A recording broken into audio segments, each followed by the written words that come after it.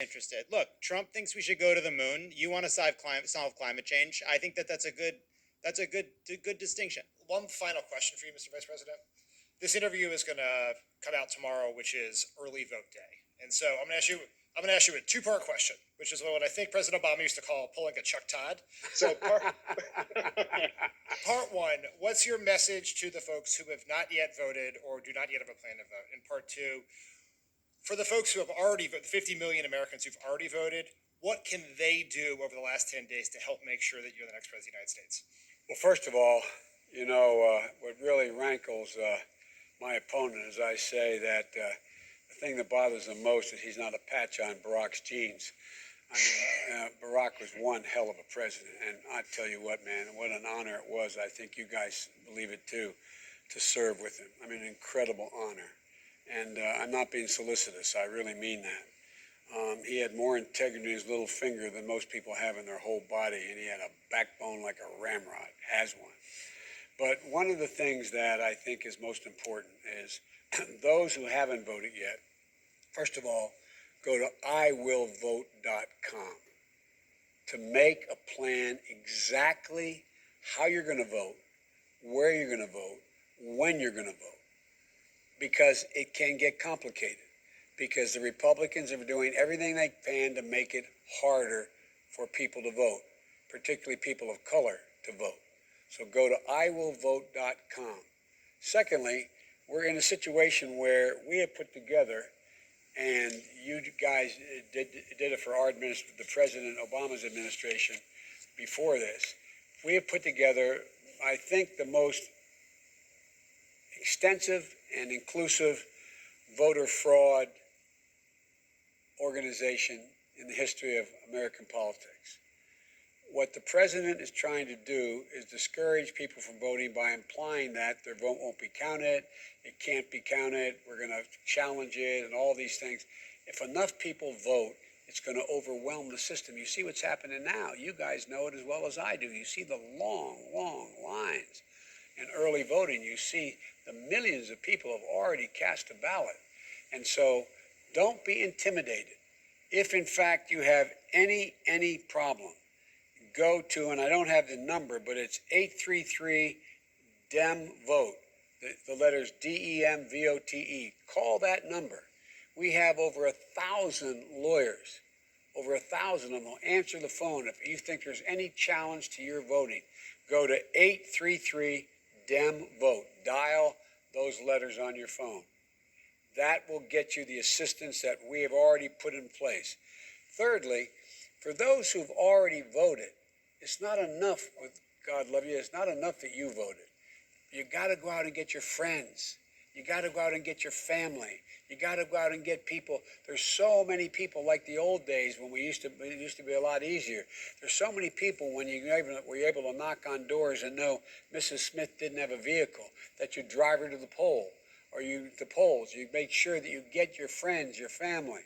Because look, as John Lewis said before he passed away, it's really, you have a sacred right and it's a sacred obligation to vote, particularly young people. You're the ones who, if 18 to 25 years old vote in the same percentage that the rest of the population voted in 2016, you know what would happen? We would have had 5.2 million more people voting. You can own the election. You can own the outcome. It really, really, really, really, really matters. And make the case to your friends. Make your case to your friends that they can't complain if they don't vote. And it's going to be counted. It's going to be counted. And because I think the American people are going to show up, Dan, in such large numbers, there's going to be no way to avoid the outcome. And look what he's done from the beginning.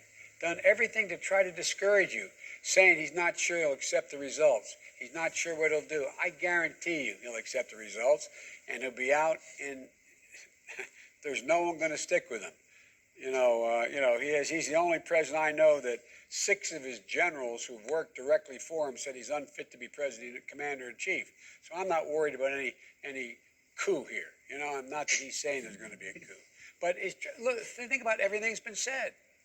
When I said about 3 months ago, I think he's going to he's going to suggest he may not step down. He may not accept the outcome of the vote. People say, oh, there goes Biden. What'd he do? 2 weeks later. It's all designed to try to keep people from voting. So those who have voted, you know how long it took you, how you did it, what you did. Go to, particularly if you have, grandparents or older folks in your neighborhood who you know, and they have an absentee ballot. Show them it matters how they fill it out. It's complicated, some of it. They haven't made it easier for people in many states. And by the way, that's why we challenged it may not hold up in Pennsylvania if the Supreme Court were to change it, but now they've allowed the counting of its postmarkers can be counted for all the way for the next several days, which it should be. Well, you have in Texas the governor having these drop boxes, one in a county. Some of the counties are as big as my state almost, literally. And the idea there's one drop box? And so we're going to have enough people out there policing it, watching it, making sure.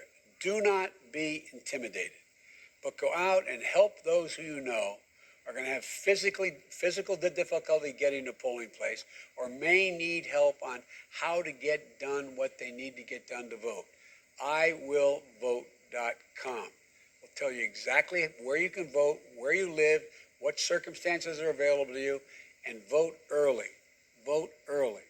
But by the way, I particularly one of the things we did, you guys' generation has stepped up. One of the things you may recall that I started arguing for is the need for significantly more young poll workers. Well, thousands of you have showed up. Thousands of you have showed up. Because of COVID, older people who traditionally are the poll watchers and make sure everything's squared away, they're afraid to show up because they're dying.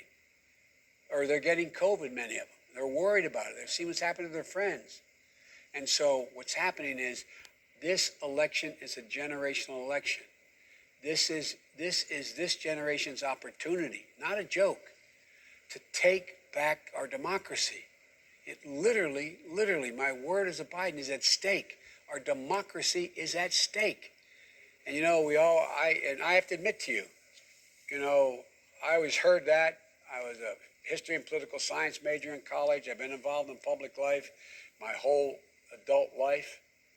But I never really believed it, that it was really, every generation has to earn it. Well, guess what? It's in jeopardy, man. It's in jeopardy. Do not be intimidated. Do not be intimidated.